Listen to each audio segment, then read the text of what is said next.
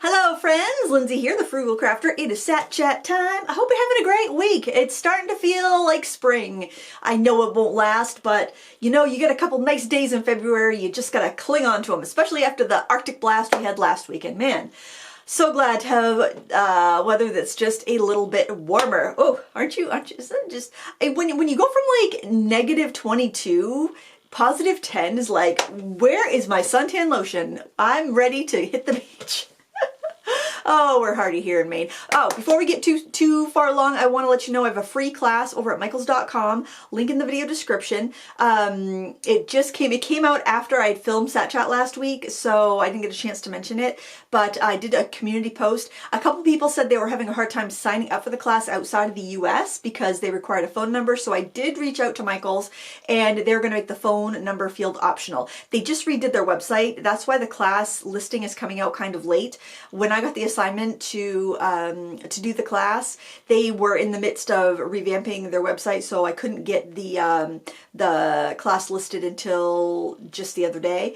But it's on brushstroke basics, so you'll just need a number 8 round brush and a half-inch or number 12 flat brush, golden taklon or synthetic squirrel, something like that, just like a watercolor brush, those two brushes. And you can use any watercolors you like. I'll be using the Bring Inktense pan paints, and Derwent is sponsoring this class, but it is completely free, so you can sign up if you're interested down below. I would ask you to sign up even if you can't make it live, just because it helps Michaels and Derwent gauge the interest in certain classes, and hey, hopefully they'll have me back, because I do enjoy teaching for Michaels. And like I said, it doesn't cost you anything to sign up, and there will be a replay like 24 to 48 hours later on the Michaels YouTube channel if you can't make it live. It is fun. It's on the 24th, which is a Friday, and it's at 1 p.m. Eastern time, I believe. And so I know the afternoon isn't convenient for everybody, but like I said, there'll be a replay. I'd love to see you. It should be a lot of fun. And by the end of it, it's an hour-long class. You'll get a good idea of how you can use your round brushes and your flat brushes for a variety of different effects that you can practice on your own. And I feel like mastering those two brushes can really just open a whole world of possibilities, because I mean, brushes are expensive. If you can, you know, find a really good round, actually a round brush will do probably 90% of the work you need to do with watercolor, but also flat brushes are super useful. So I just want you to be able to get the most out of the supplies you probably already have. And I thank Michaels and Derwent for having me to teach that class. And speaking of Derwent, I was just looking at the some releases from Creative World, which is a big trade show that happens in Germany every year. And I was looking on the Creative World website, and I was like kind of looking at all the brands that were showcasing there. And I saw that Derwent is releasing a set of 100 Inktense pencils. So I'm really excited about that. I haven't seen them for sale anywhere. That's the only place I've even caught mention of them. So I'm really excited about that. And I'm wondering if the 72 set will drop in price now that the 100 set's coming out, because that seems to happen when bigger sets of colored pencils come out, the smaller sets get cheaper. It's kind of thinking, what can they add to those 72 colors? Because I feel like it's so comprehensive as it is. But I've noticed the pan paints have a couple colors that's not in the pencil set, and I think the blocks have a couple colors that are not in the pencil set. So I don't know if there's 28 unique colors that aren't in the pencil set already, but I'll be really interested to see where they expand that, because it does feel very comprehensive to me, and the pencils mix and blend so well that, you know, yeah, it's like wow, I'm surprised they're going for more colors, but I'm sure they'll be popular. And I bet, like with textile artists and artists that are just like maybe buying open stock, getting certain colors for certain uses, that would be really handy to have some pre-mixed pencils, especially if like you only use these 5 colors, they're your signature colors or whatnot. Interesting stuff. I always love to see when the legacy brands come out with new things, because they put so much time and research and effort into deciding what to add to a line that it'll be good. I'm sure it'll be good. What else? Oh, Valentine's Day is coming up. I want to let you know I'm doing a flash sale of my full-length courses. Those would be the courses that have lifetime access. You know, buy it on sale, paint it whenever. I will be offering 40% off with the coupon code, and I'll put this in the video description. VDAY40 off. VDAY40 off is a coupon code, but it will be in the video description along with a link to my full-length courses. The regular price on my full-length courses are between $39 and $79, so you can save 40%. And you have lifetime access, so you can buy it on sale and do it whenever. The sale ends or goes through Valentine's Day, so it's over the 15th, because it goes through Valentine's Day, which is the 14th. You know how calendars work? Let me tell you. Oh, I know. It's so weird accounting for time zones and whatnot. But yes, you have now through Valentine's Day to save 40% on any full-length class that you desire from my catalog. And in true form, my nose is running. My tissues are way. I'm just gonna grab a tissue because we're all friends here, right? I'll avoid blowing my nose loudly, though, out of respect of your ears and headphones, if you're wearing headphones. And other class news. This is up in Critique Club, so Critique Club members can find that under February 2023. It's a lot of fun to create that using the Gansai Tambi watercolors, which are sold out everywhere. I'm so sorry. I should have waited. I actually have a review on those, but I'm not going to post it until they're actually available places because it's frustrating for people. And yeah, so that'll come up. But I will say, if you find them, I wouldn't hesitate to grab them if you like those colors. I'm really enjoying them, and I like the results. I think the key with those is, and maybe the key with Gansai Tambi paints in general, and I think this is why they don't provide a mixing space with their palettes, is using them like straight from the pan and let any mixing happen on paper to keep those vibrant, fresh colors. It's kind of different because I tend to work with a small palette and mix my colors. So working from a large palette of 24 colors and not mixing, just kind of laying the colors down, it's a different way of working. It's really kind of exciting though and different. So if you like that, if you like to shake things up, I think it's kind of a fun thing to do. You could probably even go through your stash and make yourself a bespoke palette of a brand here, a brand there, and make like a custom palette that way to fit some sort of theme that you're wanting to try, and just sticking to those colors and create and really have the same effect. I like the Derwent Pastel watercolor set, but it's 12 colors.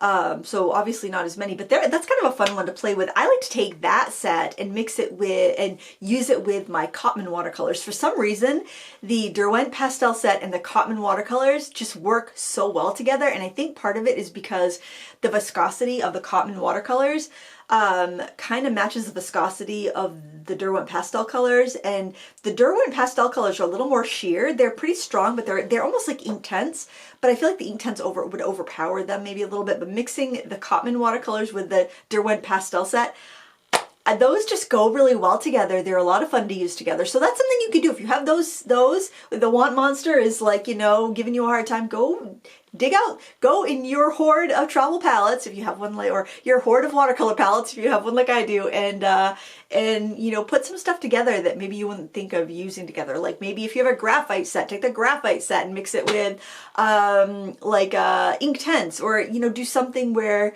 you're taking two things that you might not go together and putting them together and seeing what you get. I feel like having a variety of supplies, they should make your other supplies more useful, but the only way they're going to do that is if you experiment with them and you give them a chance to work together. And not everything's going to work great, but that's part of the exploration and part of the fun about mixed media and art in general, I think.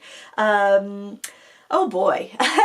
So what else is new? So there was that big trade show, and I just told you about the 100 Inktense colors, and I saw something because I've been I have been looking to see if I could see any videos from that or any photos on Instagram or anything, because I love to see what's kind of coming down the pipeline, to see what's popular and what's trendy, what's going to be new and exciting, and so I can somehow maybe incorporate those ideas. Or there's nothing really new, right? So if I see something is really trending and gonna be real popular, gonna be everybody's doing trains, or everybody's doing umbrellas, or everybody's doing some weird trend, then I like to dig through, see what I have, and see what we can incorporate from what we already have to capture the vibe without maybe buying all the new stuff. Maybe buy one or two new things and really use what we already have.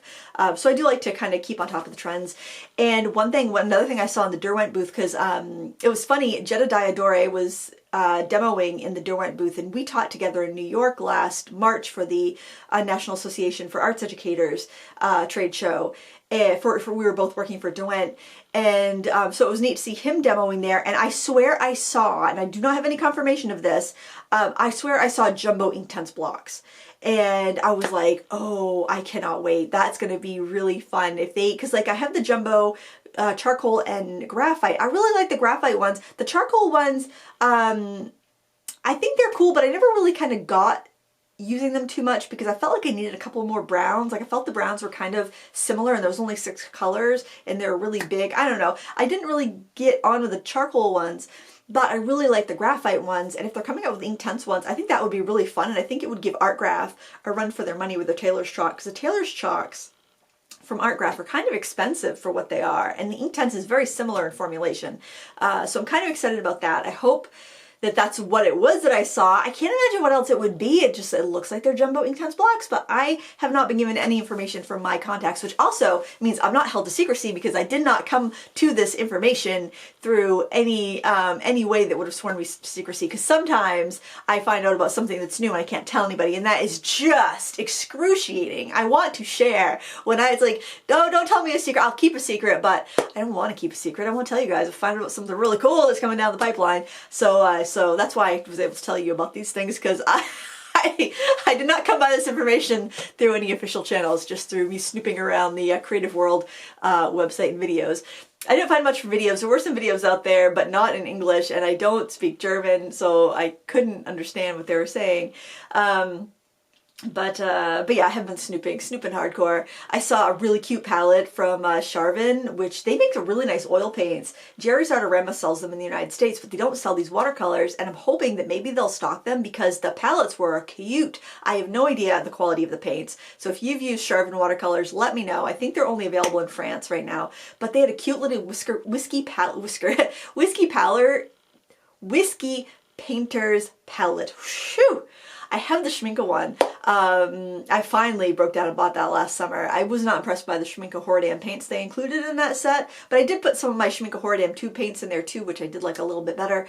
But I mainly got it for the palette, because the empty palettes were going for like $150, and I bought the one with the Schmincke Horadam watercolors for like $82, which still, for the size of the palette, I know, completely like, completely luxurious, but I do collect travel watercolor palettes. And before you get on my case, some people collect thimbles, some people collect figurines, some people collect pottery, some people collect sports cars, some people collect golf clubs. Look, my travel watercolor palette ain't hurting anybody else. I'm not in debt. My family is fed. We've got a roof over our head. I enjoy owning them. I enjoy looking at them lovingly on my shelf, and I enjoy using them. So I will not apologize for my watercolor palette collection. End the story. And you shouldn't either. If you've got something that brings you joy, it sparks joy. And for those people like, well, I guess KonMari isn't working out for you, it's like, yes, it does. All of this sparks joy. So, you know, she's not a minimalist, and neither am I. I enjoy my watercolor palettes.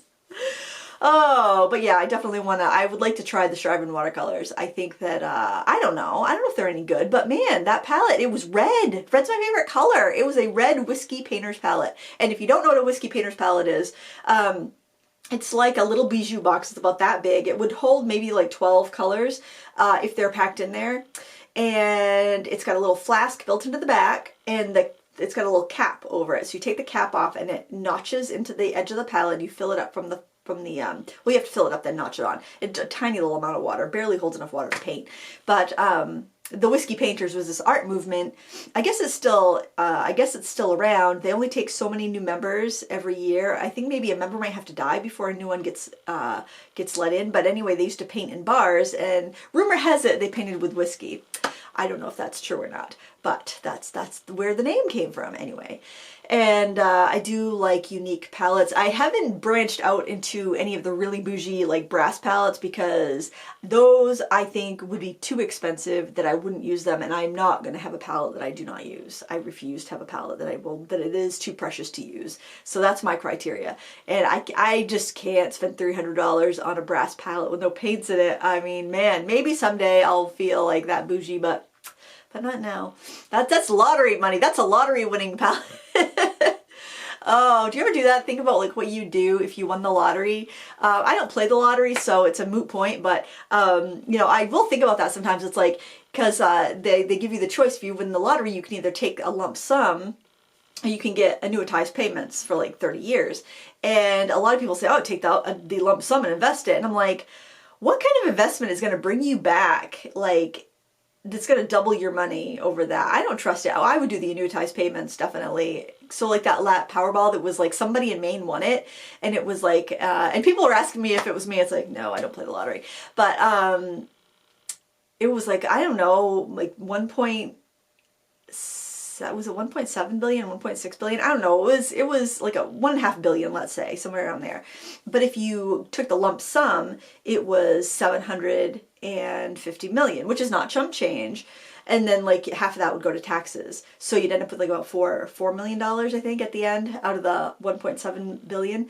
So I'm thinking I would rather do the annuitized payments and have a guaranteed amount of money coming in every year, and then, you know, they would take the taxes off of that. But then you can invest some of that. I just think it would be just way too much to deal with all of that at once. That way, you know, for the next 30 years, you've got plenty of money. And then obviously, I mean, that's like crazy amount of money. What would you even do with it? So you'd have that money, but then even if you do the annuitized payments and you die before the 30 years are up, that's still your money and your heirs will get it. So it's like, I mean, I don't see taking the lump sum unless it's like, you know, I don't know, you've been given a year to live and you just want to, you know, I don't know, make it rain. You just want to stand on a building and throw money out at people. I mean, otherwise, I would do the annuitized payments. Not that I play the lottery, so it doesn't really matter what I think, but that's what I would do if it was me. Because I mean, that's just like, you know, you have got a paycheck, you don't even have to worry about it. Then I think, how would I live my life differently? You know, and it's like, would I do this? Would I do that? Would I keep doing this? You know, it'd be really interesting. I think what I would do, and this is really weird because I'm not somebody who really enjoys traveling that much, but I think a lot of it is that I don't enjoy the expense of traveling, and a lot of times I feel like I'm not getting my money's worth. Like, I'm not enjoying this trip as much as it's costing me, as much as the amount of life I've given up to earn the money to go on this trip. I'm not getting that much enjoyment out of it. But I think I would enjoy it if, like, I didn't have to think about that, you know. I wasn't thinking, this is like a month of my life I am spending on this, you know, this trip. It better be, you know, that much enjoyment, because, like, this is all the work that I've, you know. I always, like, I always compare things like that. What does this cost versus how long did I have to work to earn that money to buy that thing? You know, travel watercolor palettes apparently worth it.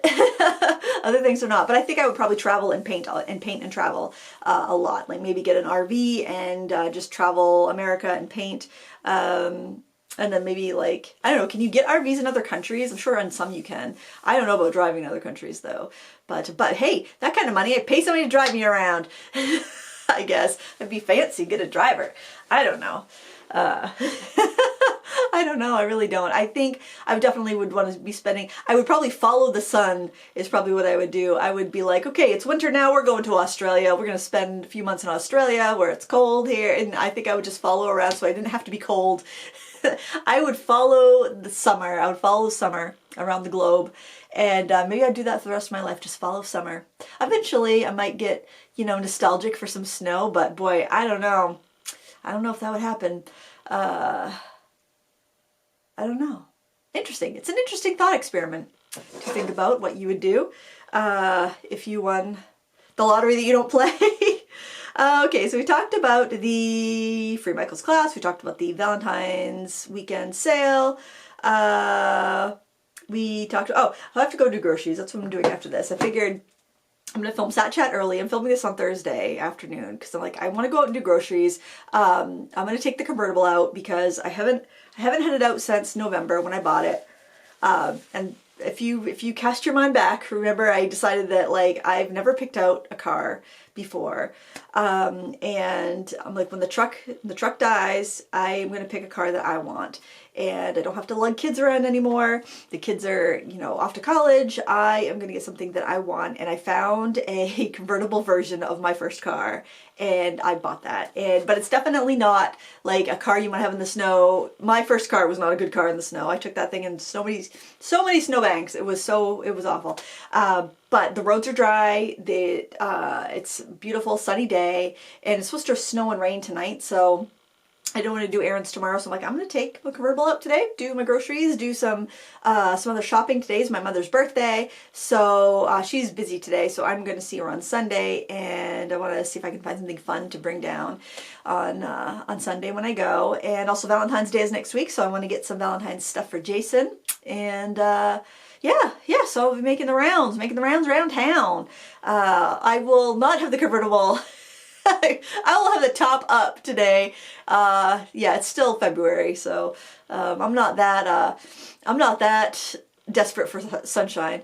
Although it does feel gorgeous compared to last weekend. Oh my word, so cold. Friday and Saturday, it was it got down to like -22, and the wind chill was like -50 something. A lot of people had pipes freeze. It was bad. It was so cold that like you couldn't even just like go outside. You'd start to feel your chest tightening up. It was just like, oh my word, it was bad. Like you go out, take the dog to go to the bath, you bundle yourself and your dog up to take her out to go to the bathroom, and then like come right back in. It was scary. It was scary cold. We were going to go visit Lila in Portland on Saturday, but we decided to go Sunday because it was just too cold on Saturday, and then it warmed up into the 20s on Sunday, and you would have thought that it was spring. I mean, it was just like when you go from the cold that's that oppressive to like just regular cold, it feels like, where's the suntan lotion? I'm ready for the beach, it's like. And today I went out to walk the dog. It was probably 30, and I was like, oh my word, this is great. I feel so free. When the weather gets warmer, it's like I just feel free. And that's Fahrenheit, people. I feel like I have to say, Celsius, yeah, that's we had a big discussion about Celsius and Fahrenheit in the comments last week, because I was trying to figure out what negative 50 Fahrenheit would be in Celsius, and I guess at like -40 Celsius and Fahrenheit are the same degree. It's weird. I think we could go to metric, but you guys got to come over to Fahrenheit. That's only fair. And what else? Oh, speaking of grocery shopping, which I have to do, the microwave popcorn that I know some people say microwave popcorn, it's evil, don't use it. But there was a kind that I really liked, and it was like light oil and sea salt. And it was like a store brand. It wasn't terribly expensive. It was pretty healthy, and they have not been carrying that for like the last month. The last 2 times I've been to the grocery store, they haven't had it. And now they've got different things in the area where those used to be. And I saw they have Skinny Pop. I think it was called Skinny Pop. I think is the name of it. It's got like a little logo of a skinny lady on the front. I'm like, well, hey, yeah, I like to have low calorie food.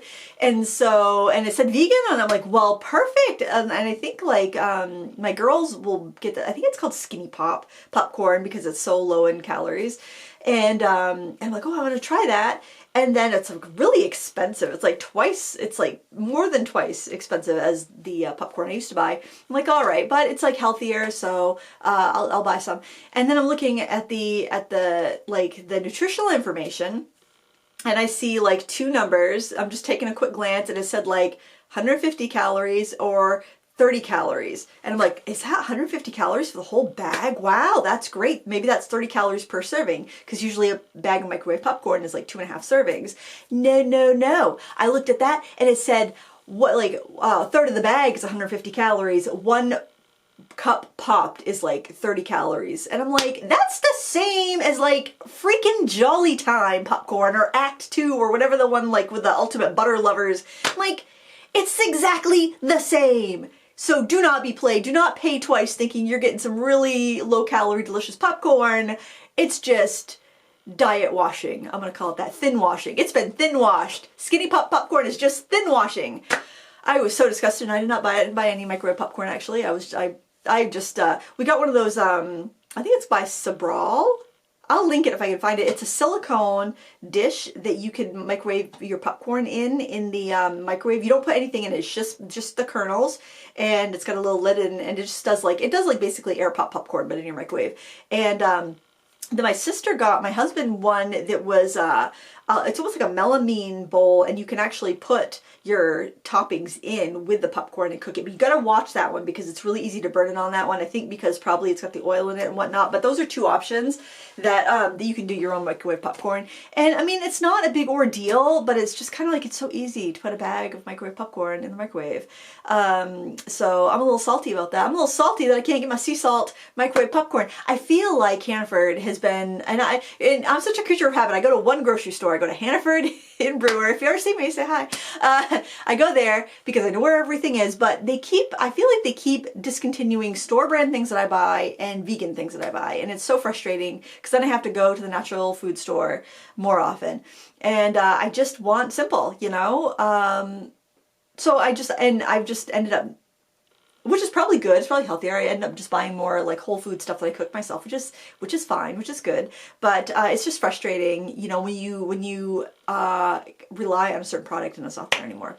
But anyways, I just didn't want anyone to you know fall for that scheme. I'm probably getting sued from the Skinny Pop people. But it's like, come on, that's no healthier. That's no lower in calories. If the whole basis of your product is Skinny Pop, then there should be way fewer calories in the popcorn.